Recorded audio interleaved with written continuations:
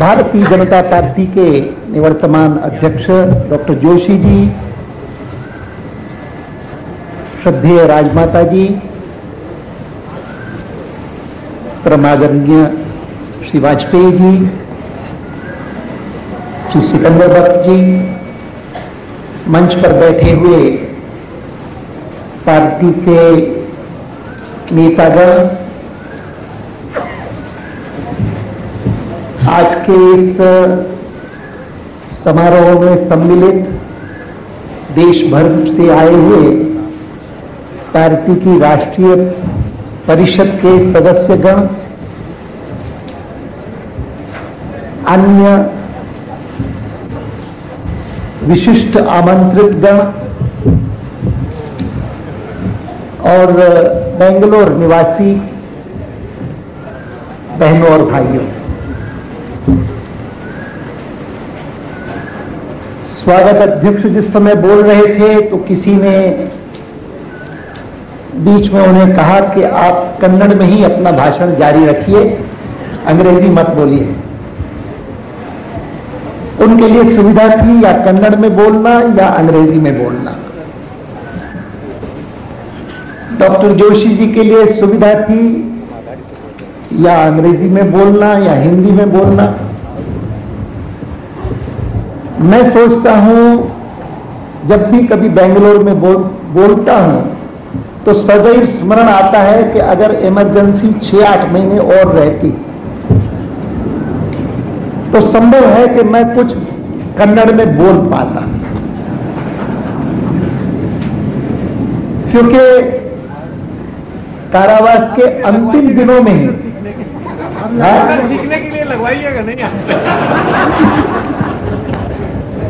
नहीं, वो इमरजेंसी लगती है तब सत्ता का परिवर्तन होता है नई दिल्ली में। प्रतिबंध लगता है राष्ट्रीय स्वयंसेवक संघ पर तो सत्ता का परिवर्तन होता है।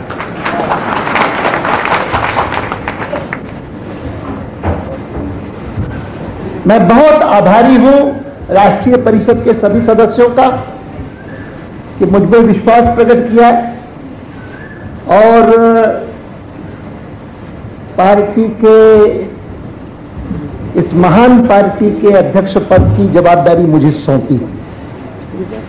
मैं विशेष रूप से आभारी हूं डॉक्टर जोशी जी का, जिन्होंने स्वयं मेरा नाम सबसे पहले प्रस्तावित किया।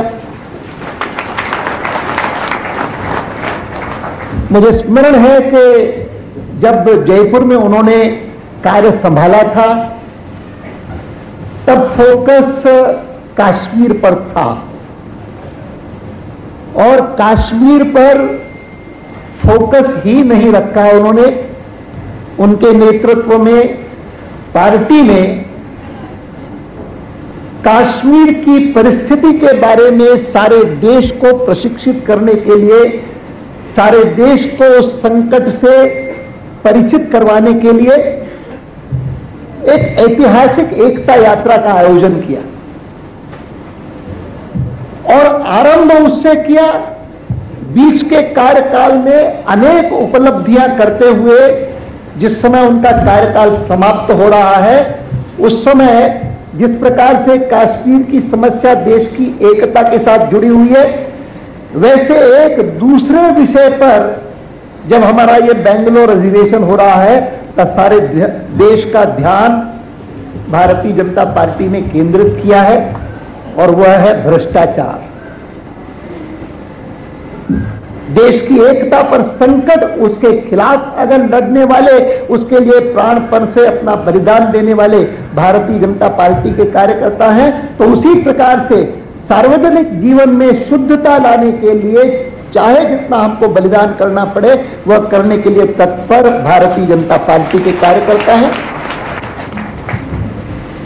मैंने आज का जब व्याख्यान लिखा था वह लिख करके समाप्त किया 14 तारीख को, और तब अंदाजा थोड़ा बहुत था किस दिशा में यह सारा प्रतिभूति घोटाला जा रहा है, लेकिन अंदाजा ही था।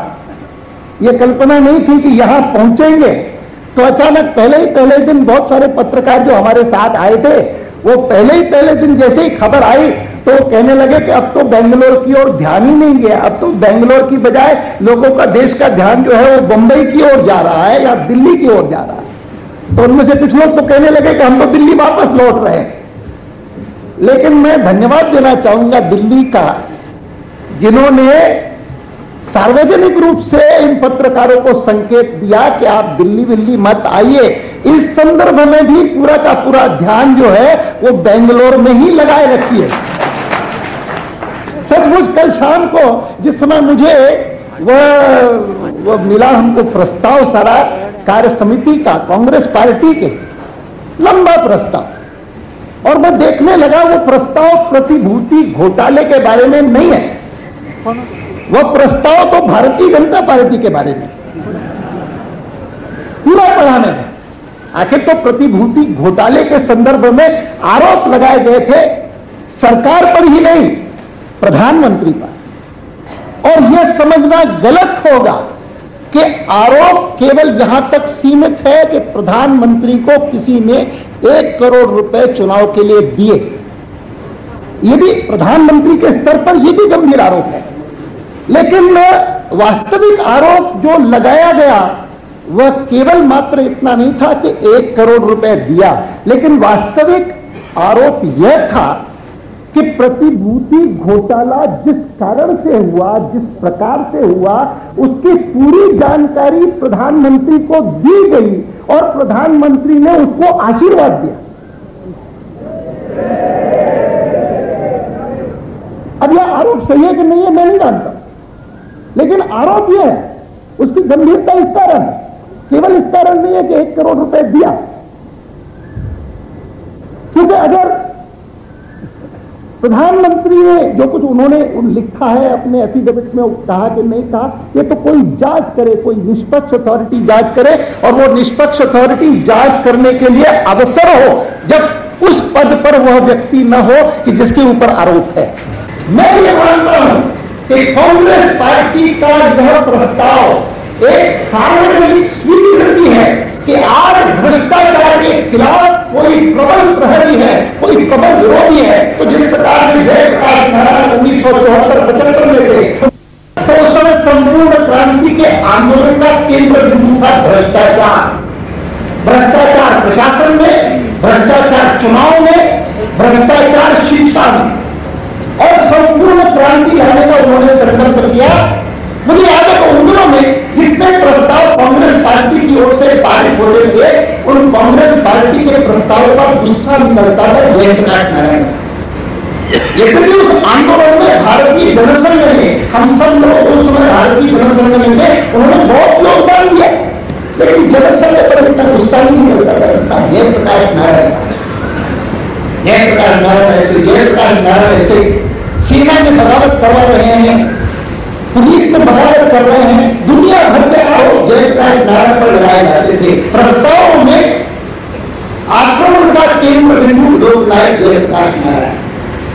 राजीव गांधी पर जब आरोप लगे बोफोर्स के संदर्भ में, तो उस समय जो कांग्रेस पार्टी के प्रस्ताव पास होते थे, तो उसमें केंद्र बिंदु भारतीय जनता पार्टी नहीं थी, केंद्र बिंदु विश्वनाथ प्रताप सिंह कि ये इस प्रकार के हैं, ये कभी उनको कहा कि बिट्रेयर है, इन्होंने धोखा किया है कांग्रेस पार्टी को, ये विभीषण है, ये है। अब किसी ने कहते तो सब पूछा, किसी ने ये विभीषण कौन होता था, लेकिन आज जब कल प्रतिभूति घोटाले के संदर्भ में कांग्रेस पार्टी ने प्रस्ताव पास किया, तो प्रतिभूति घोटाले के संदर्भ में जो आरोप लगाए गए थे उसमें से एक का भी उत्तर नहीं है, किसी का उल्लेख भी नहीं है कि भाई वास्तव में कोई वहां पर आया था कि नहीं आया था, सब पाल मित्र लाए थे कि नहीं लाए थे, किसी ने ऐसा कहा कि नहीं कहा, एक का भी उत्तर नहीं है। पूरा का पूरा हमला के भारतीय जनता पार्टी ऐसी, भारतीय जनता पार्टी वैसी, दुनिया भर की जो गालियां दी जाती है वो दी गई है। मैं ये मानता हूं कि कांग्रेस पार्टी का यह प्रस्ताव एक सार्वजनिक स्वीकृति है कि आज भ्रष्टाचार के खिलाफ कोई प्रबल प्रहरी है, कोई प्रबल विरोधी है। तो जिस प्रकार से से जयप्रकाश नारायण 1974-75 में थे, जिस प्रकार से देश में विश्वनाथ प्रताप सिंह जी को 1984-88 में माना, वैसे आज अगर कोई क्रूसेडर है करप्शन के खिलाफ तो भारतीय जनता पार्टी।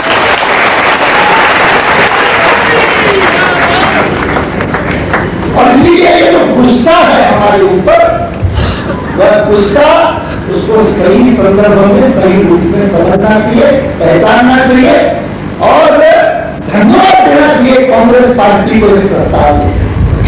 बहुत अच्छा काम किया, सबको बता दिया कि हिंदुस्तान में भ्रष्टाचार के खिलाफ कौन है और भ्रष्टाचार के पक्ष में कौन है, ये तो संसद में ही आपने बता दिया रामास्वामी जी के महाभियोग प्रस्ताव के समय। अच्छा, उसके बारे में हमने केवल आरोप किया है, और वो आरोप केवल नहीं था, वह तो एक प्रकार से न्यायाधीशों की एक समिति ने जांच करके निष्कर्ष निकाला, जिसके आधार पर संसद को केवल एक औपचारिक निर्णय करना था, लेकिन किया सरकार। अब मुझे याद है कि यहाँ आज से 18 साल पहले जब वाजपेयी जी और मैं यहाँ आए बेंगलुरु, यही जून का महीना, बेंगलुरु फिर से एक संसदीय समिति की बैठक थी। वहां भयंकर गर्मी हो गई दिल्ली में, सोचा कि 2 दिन जाकर के बेंगलुरु की ठंडी हवा खा लेंगे, बहुत बढ़िया हवा रहती। जून के महीने में भी गर्मी का अनुभव ही होता। अब यहाँ पर आज हमारी जो गर्मी है उष्णता है, उसके कारण भले थोड़ी बहुत लगती है, अन्यथा जून के महीने में भी ठंडी हवा चलती है। लेकिन जब आए थे यहाँ पर तब जरा सी भी कल्पना नहीं थी कि 2 दिन की बजाय 19 महीने ठंडी हवा खानी पड़ेगी। और लेजिस्लेटर्स होम में रहने की बजाय यहाँ के केंद्रीय कारावास में जाकर के रहेंगे बेंगलोर के। लेकिन ये मैं इस बात का उल्लेख इसमें कर रहा हूं कि केवल समय स्थान का और समय का सहयोग है इसके कारण नहीं, लेकिन इस कारण भी कि इन दिनों में जब कांग्रेस पार्टी के लोग जिन्होंने उस समय इमरजेंसी लाई, जिन्होंने लगभग हिंदुस्तान से लोकतंत्र को समाप्त कर दिया केवल मात्र अपने गद्दी की रक्षा करने के लिए, जयप्रकाश नारायण जैसे लोग, मुरारी भाई जैसे लोग, उनके ऊपर इतने गंभीर आरोप लगा करके उनको जेल में डाल दिया, राष्ट्रीय स्वयंसेवक संघ पर पाबंदी लगा दी, 20,000 राष्ट्रीय स्वयंसेवक संघ के, भारतीय जनसंघ के, कांग्रेस के, सोशलिस्ट पार्टी के कार्यकर्ता उनको पंजीकरण में डाल दिया। पत्रकार बैठे हैं, ऐसी सेंसरशिप तो करिए, अंग्रेजों ने नहीं लगाई होगी जैसी उस समय लगा दी है। ऐसा भयंकर, और यह पार्टी हमको सबक सिखाती है लोकतंत्र का। हमको कह दिया कि तुमने भूलो तो भूल गया, कल्याण सिंह जी को रोज समझाते, तुमने ऐसा कर दिया, तुमने वैसा कर दिया, तुमने भुलवा दिया। हनुमान जी की बड़ी चर्चा हुई है, तो मैं कहता हूं कि हनुमान जी जब गए थे लंका तो केवल इसलिए गए थे, राम जी ने भेजा था कि तुम जाकर के शोध करके आओ कि सीता जी कहां है, सीता जी वहां है कि नहीं है। राम जी ने उनको नहीं कहा था कि तुम लंका दहन करके आओ। ढांचे को ढहाने की किसी ने सलाह नहीं दी थी, वो तो योजना नहीं की। अगर उनको पकड़ा ले जाता, मेघनाथ उसको पकड़ करके और रावण के दरबार में ले जाता और उनके पूंछ में वो लगा करके और आग न देता तो लंका दहन नहीं होता। लेकिन लंका दहन हो गया, इसके ऊपर अफसोस किसी को नहीं होगा। कभी किसी को पश्चाताप करने की जरूरत नहीं। लंका कैसे करनी योजना नहीं थी, ये समझना चाहिए सबके, योजना नहीं थी, लेकिन रह गया तो सारे हिंदुस्तान में कितनी राहत की सांस ली होगी। हाँ, हमारी योजना पूरी नहीं हुई, हमने जिस हिसाब से कैलकुलेट किया था वो कैलकुलेशन सही नहीं निकला, तो जो भी व्यक्ति सार्वजनिक जीवन में काम करता है और कैलकुलेशन के हिसाब से चलता है, तो जब भी कभी कैलकुलेशन गलत निकलता है अफसोस तो बताइए। बाकी जिस प्रकार की गाली गलौज 6 दिसंबर के बाद शुरू किया है हमारे विरोधियों ने और कुछ उन लोगों ने जो एक प्रकार से यहां की धरती से उछले हुए उखड़े हुए, सचमुच ये हमारे एक मित्र बैठे हैं, वो बताते हैं कि हम एक पत्रकार ने इंडिया इंटरनेशनल सेंटर पर पकड़ करके और कहा कि शर्म से कहो कि हम हिंदू हैं, शर्म से कहो कि हम हिंदू हैं, जोर जोर से सार्वजनिक रूप से सबके सामने कहते रहे शर्म से कहो कि हम हिंदू हैं।